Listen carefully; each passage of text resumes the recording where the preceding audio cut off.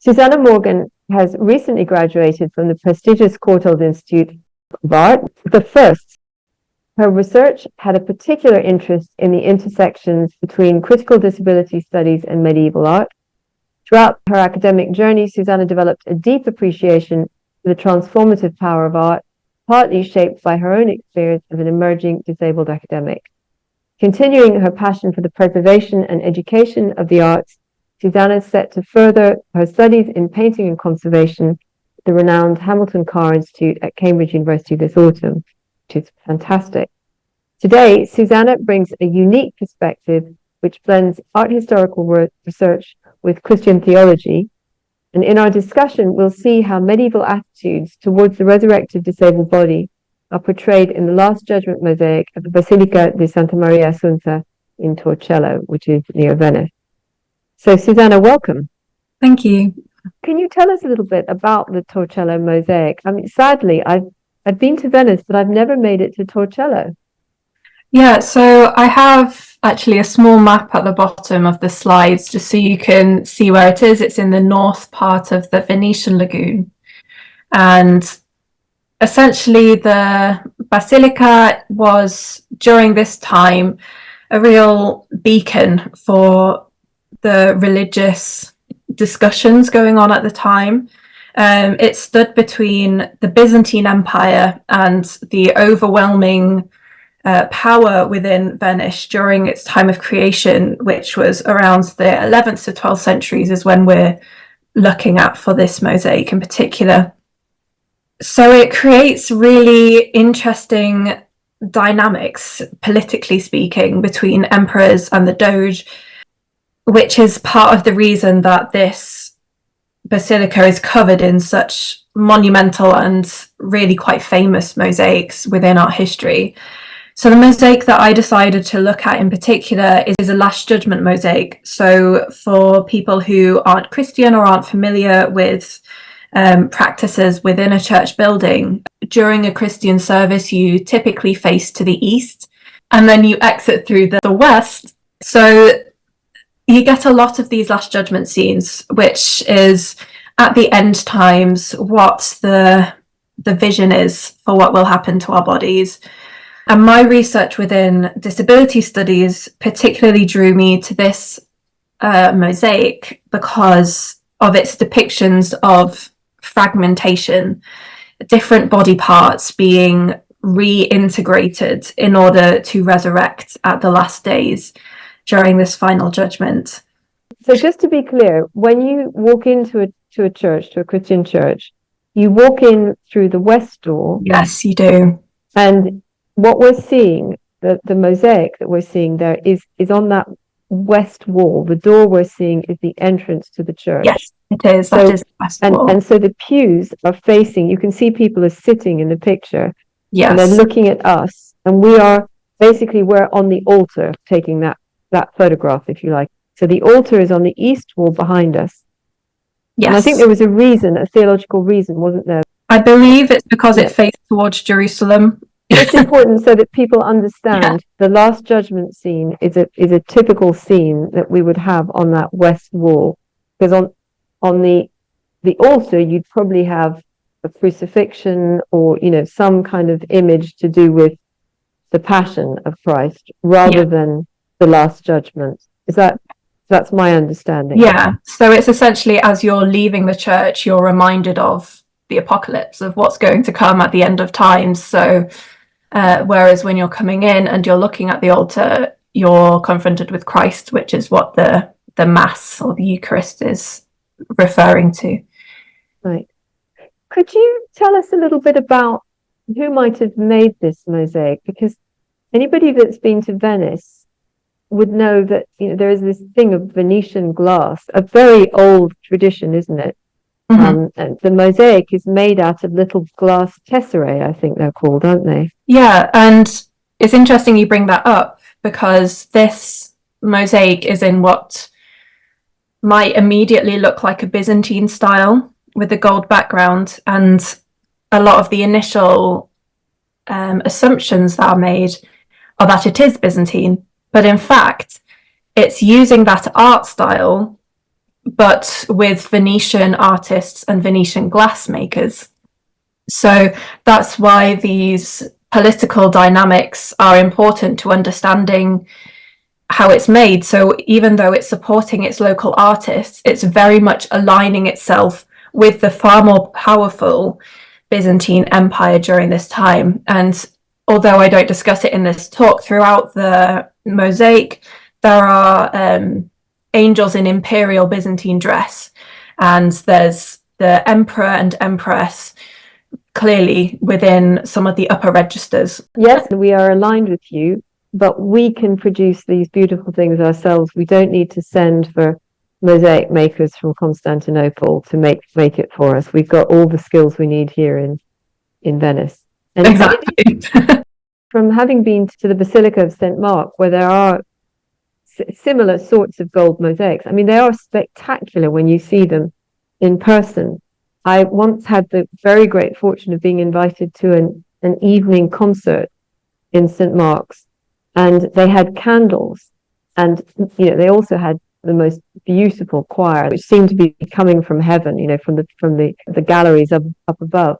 But the way that the gold of the mosaics flickered in the candlelight was just spectacular. It was so beautiful. It was so heavenly. Yeah, and because of gold purity and value, it's often been used throughout art history as this signifier of God's divine presence. We're now looking at mosaics in our modern age with lighting fixtures that can be turned on at any time of day that illuminate the building and make it so much more visible than it would have been at its original point of conception. But contemporary viewers, as in contemporary to the 11th, 12th century, would have been seeing this with candlelight and with a lot of incense and haziness. And so this is just one more layer to quite a multi-sensory faith experience. Hence its importance really to understand what exactly it is that's being conveyed, because this is for a largely non-literate population. And so religious imagery was used as a didactic tool, so to teach people the scriptures or to teach them about what would happen at the Last Judgement, rather than it being written in a book for people to read about themselves. Well, yeah, that's a really, really good point. So tonight you were speaking about resurrection and the disabled body. Yes. Can you explain about the Christian concept of resurrection? Because I think, like me, probably many people have a pretty simplistic idea of what it is, but I'm sure you can give us, because I know that you're particularly interested in theology, Christian theology, so I'm sure you can give us a more interesting take on the whole thing. Well, there are many different theories of resurrection, but the one that I was focusing on and that was relevant within this mosaic is of bodily resurrection. So what that means within that belief is that at the last times, God will physically resurrect our bodies, and we will have this last judgment where we will be judged in terms of all of our good and bad in our lives, and will thus be accordingly sent to heaven and hell, and then earth will be destroyed. So it's very much a physical resurrection, rising again, rather than a soul. But resurrection, as I've kind of touched on there, brings up a lot of complications for a disabled body or an impaired body. Because if you're saying, it raises questions of what state your body will be raised in. Will you be a child? Will you be a teenager? Will you be an old person within different spans of lifetime? It brings up so many different ideas, and a medieval train of thought that inspired these mosaics was the question of, well, what happens if you're at war and you lose a limb? Or if you're maimed by a wild animal and you lose that body part, what happens then? Will God then reunite you with your lost leg or your lost arm or anything like that? And so although that at first seems like quite a ridiculous debate to be having quite trivial, it really opens up the possibilities of resurrection and its implications for a disabled body. And I will say that disability is quite a modern concept in terms of an umbrella term for what are really quite different bodily differences. And since that term didn't exist during this time period, from here on out, I'll use the term impairment because it's quite hard to directly translate it. But yeah, so the slides on this current screen are the resurrection of the dead from the land, which is on the left-hand side, and from the sea, which is on the right-hand side. So on the side where there's the resurrection from the land, you can see there's 4 people who are still in their traditional burial clothing from the Byzantine Empire, being raised up by these heralds, these angels blowing horns. And then you have all of these beasts, there's birds with a foot in its mouth, or a hand in its beak, and an elephant carrying a leg. I mean, it's just brilliant imagery. And it's this image that attracted me to the Torcello mosaics in the first place, thinking, what is going on here? What is this all about? Yeah. And it's the most wonderful image. It's just amazing. And then similarly on the side with the sea, you have the fish with legs and feet in their mouths. It's just amazing. And a sort of sea monster, isn't it? It's just brilliant. And I honestly had quite fun researching it. And although it seems odd, it really reflects on the theological debates on the intricacies of what would happen after the time we died.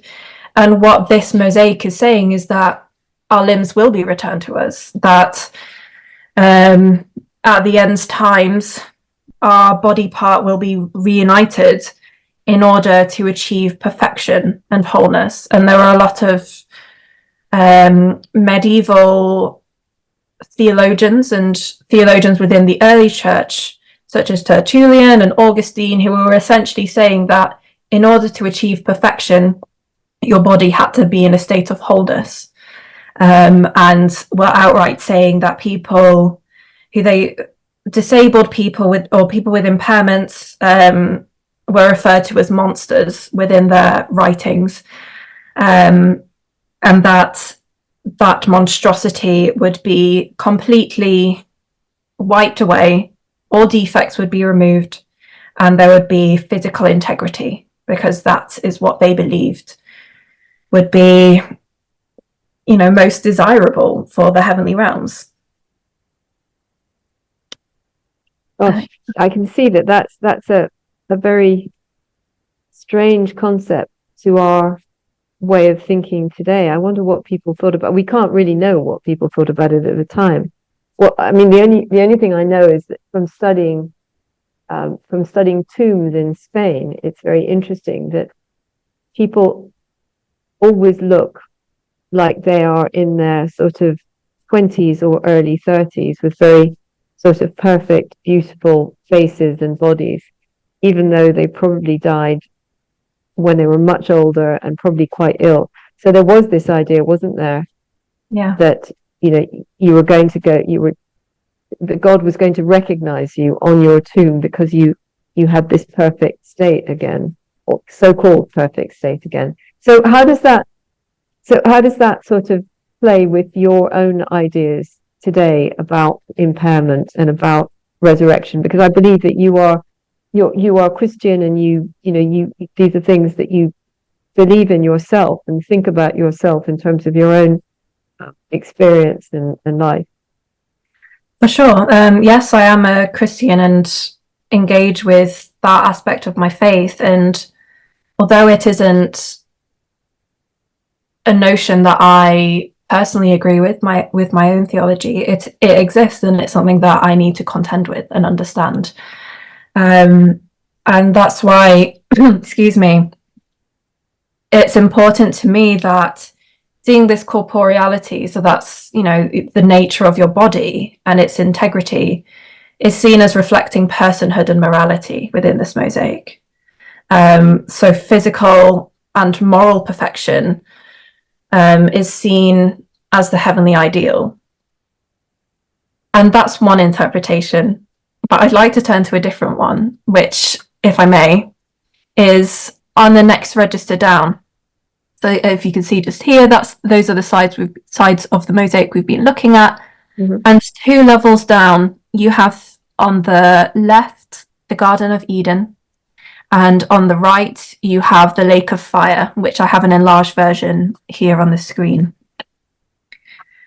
So while the people that are in heaven, so the Garden of Eden, are seen as physically intact with no impairment to be seen and are draped in this beautiful clothing, people in the Lake of Fire, who have been judged to be sinful, are dismembered. There's again these blue demons that are carrying heads and beasts devouring lower limbs, and there's feet and hands on the very lowest level, and naked bodies. You aren't even afforded the luxury of clothing or modesty.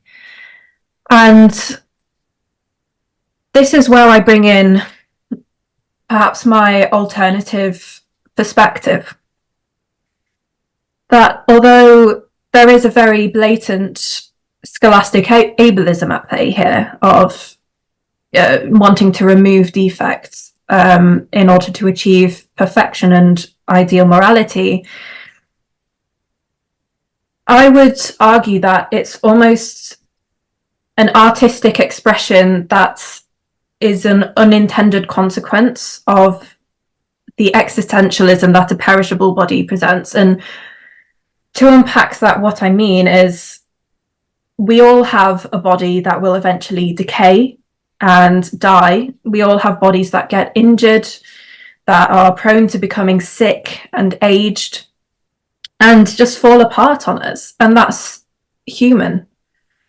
But that's quite a scary and confrontational thought to come across, unless that is your lived experience as someone with an impairment. And I would argue, because our human experience is so inherently linked to our body and thus our understanding of the world, the punishments and rewards that we see reflected in our very human understanding of heaven and hell reflect that embodiment. So that's why the artistic expression of perfection and of ideal morality befitting going into the heavenly realm, how do you express that in art? Right. Something that can't be seen. Mhm. And that is why I would argue you get these perfectly muscular bodies and slender women with, perfect features and symmetry all throughout and absolute elegance, while you see this frankly chaotic and quite amusing scene of hell, with just heads running all over the place.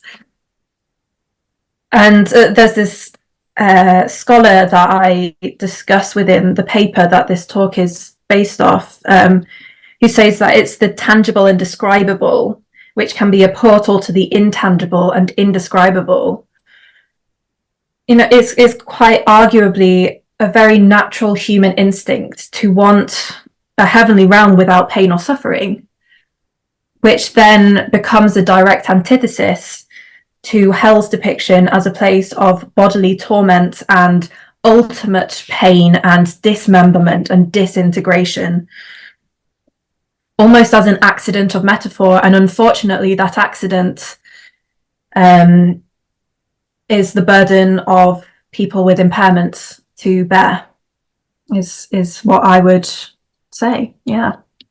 So it's almost like the representation of the so-called perfect or intact or body without impairments, let's put it that way, is a symbol for the perfection of the soul, which is characteristic of people who are admitted to heaven. But it doesn't. Your view is that it doesn't. That they didn't understand it as anything to do with the physical body. That people, because there were a lot of people with different kinds of impairment going into churches all the time. Yeah, and I think that's something really key to understand. Impairment and what we would nowadays call disabilities were far more commonplace than they are nowadays. I mean, our standard of healthcare and understanding of the body has progressed far more than it did. Getting mixed up with my words. Far more than it had from the 11th century. If you broke your arm, then you'd probably have a disfigured arm for the rest of your life. It would never fully heal in a way that there's a higher chance of it doing now. So even everyday injuries or infections wouldn't be able to be treated on the same level. Not to mention there's wars all throughout the different empires going on at this time, so people are coming back wounded all the time. There was greater risk of famine and plagues as well going about Europe, especially during this period of time. So people with impairments or disfigurements was pretty normal at this point, and there's lots of evidence to suggest that. And although there is that imagining of perfection of the body in heaven, and certainly there are a number of scholars who did explicitly link it to the body, as I touched on before, seeing people with impairments as monstrous beings. There is also evidence to suggest that the ordinary everyday person that was going into church who didn't have a literary or scholarly background, we don't know what they would have thought. And it's in that not knowing that I try to grapple with this dismemberment and fragmentation, and to see what the artist is trying to portray. Yeah, no, I think that's really, really interesting. So let's move on to shall we move on to the way that Christ is represented in the mosaic? Because I know you wanted to talk about that as well, and we're sort of coming up to half an hour soon. Yeah. So the resurrection at the end times has a precursor, which is Christ's resurrection at Easter. And for those who aren't familiar, very briefly, there's this belief that Christ was crucified, as you can see at the top. He was dead and buried and then was resurrected to life. And this is where the evidence within the mosaic comes for supporting my belief of the physical body not actually signifying the morality in such explicit terms. So centered throughout this mosaic is Christ's body. You have the crucifixion at the very top, his resurrection breaking the gates of hell, and then Christ in what's called the hetoimasia, which is basically Christ sat in majesty with the Virgin Mary on one side and John the Baptist on the other. And Christ's resurrection is widely seen to be the example set for our own general resurrection at the end of times. But interestingly enough, Christ's resurrection was not one of bodily integrity. Christ was resurrected with the wounds of his death, which was by crucifixion. So he had the marks of the nails in his hands and his feet. And you think, well, if God can resurrect a whole human being, why can't God, just heal up a few nail marks? So that it's intentional. There's a direct message being conveyed in a very impaired Christ, impaired God. And that's who we will meet within the heavenly realms, as we are told within this mosaic, which poses quite an interesting counter argument to the theologians of the time who were saying, you know, all defects are going to be removed at the resurrection in order to enter heaven. And yet God himself, God's Son, as Jesus, does not follow that rule.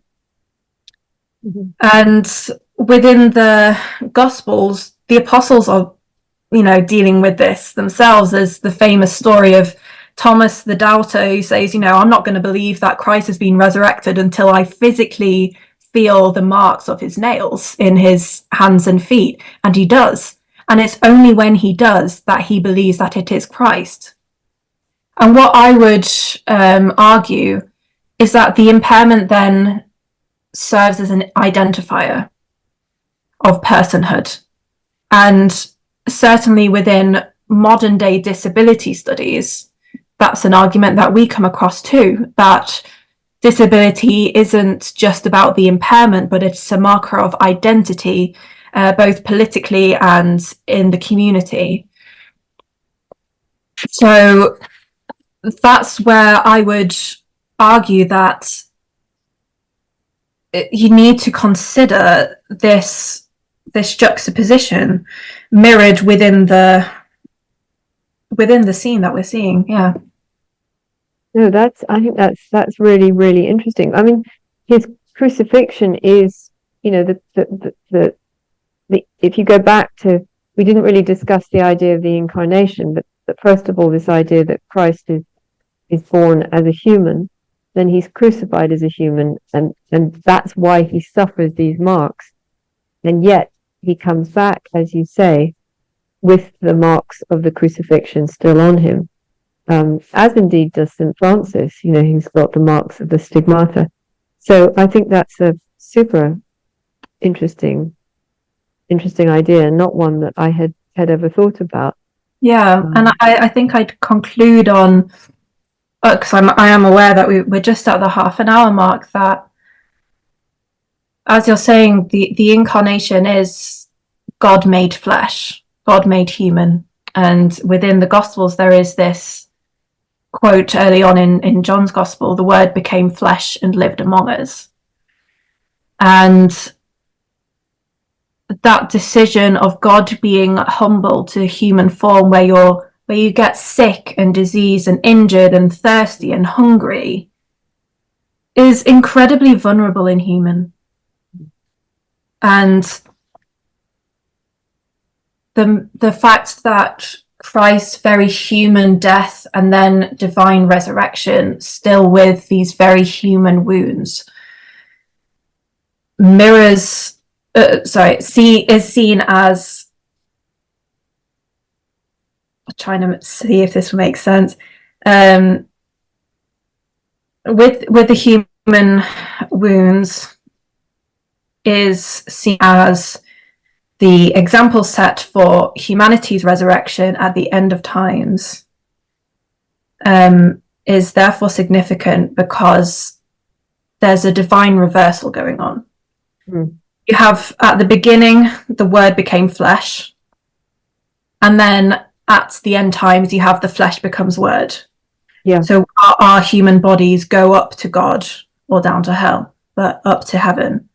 So there's a complete reversal of humanity and the divine and the interplay within our own physical bodies, which is why I think it is extremely important to use complex mosaics such as here to articulate really quite complex theological debates that were going on at this time, and in such a prominent political position such as Torcello was. I mean, it's a lesser known small island within the Venetian lagoon nowadays, but that was not the case during the 11th and 12th centuries. Which is why they had such a rich mosaic here. Incredibly rich, very expensive mosaic to make. Yeah. So it wasn't nowhere. It wasn't just a tiny island. It was a highly important symbolic place. Yeah. Exactly. Yeah. Well, that was amazing, Susannah. I learned so much, and thank you very much. I think these are kind of topics I'd love to spend more time talking to you about. Does anybody have any questions? Hi. I was just wondering, with all those paintings, for example, of saints, and they're always shown with, the way that they were killed or whatever. So, Saint Bartholomew holding the skin or whatever. Whether that was considered, whether they were considered to be in that state when they were resurrected or not, or, how That's that worked. yeah, thank you. That's a really interesting question. And in fact, Augustine touches on this. So although he says these monstrous people with physical defects will have all of that removed, the martyrs won't, because for the martyrs, their martyrdom is exactly what will gain them access to heaven and is thus a key part of their identity. So there is a very interesting debate going on between identity and injury and the way that you die, and whether that's going to be completely eradicated or whether it's actually going to be a key identifier of who you are when you get to heaven. Yeah, thank you. That's so interesting. Thank you. Very good point. Yeah, that's the thing with this. As soon as you start opening up the can of worms, it's like you've got to put on the horse blinkers and try to not get distracted down too many tangents. Otherwise, it just keeps going. Well, you did it very well in your dissertation, which I've read, and as I said, you got a first in it. So clearly, you did well at focusing. But I'm sure that now, well, you've got the rest of your life to think about it and write more about it. Yeah. Definitely, yeah. Yeah. Well, if there are no more questions, I think I just want to thank Susannah for a really fascinating talk, and to wish you good luck with your next enterprise, which is to go and do your degree in conservation at the Hamilton Carr Institute, and maybe you'll come and talk to us about something that you're doing there next year. Oh, I'd love that. Thank you. Great. And thanks for having me. Great. And thank you to all our listeners. Do come to other talks that we do. Thank you very much, and good night, everybody.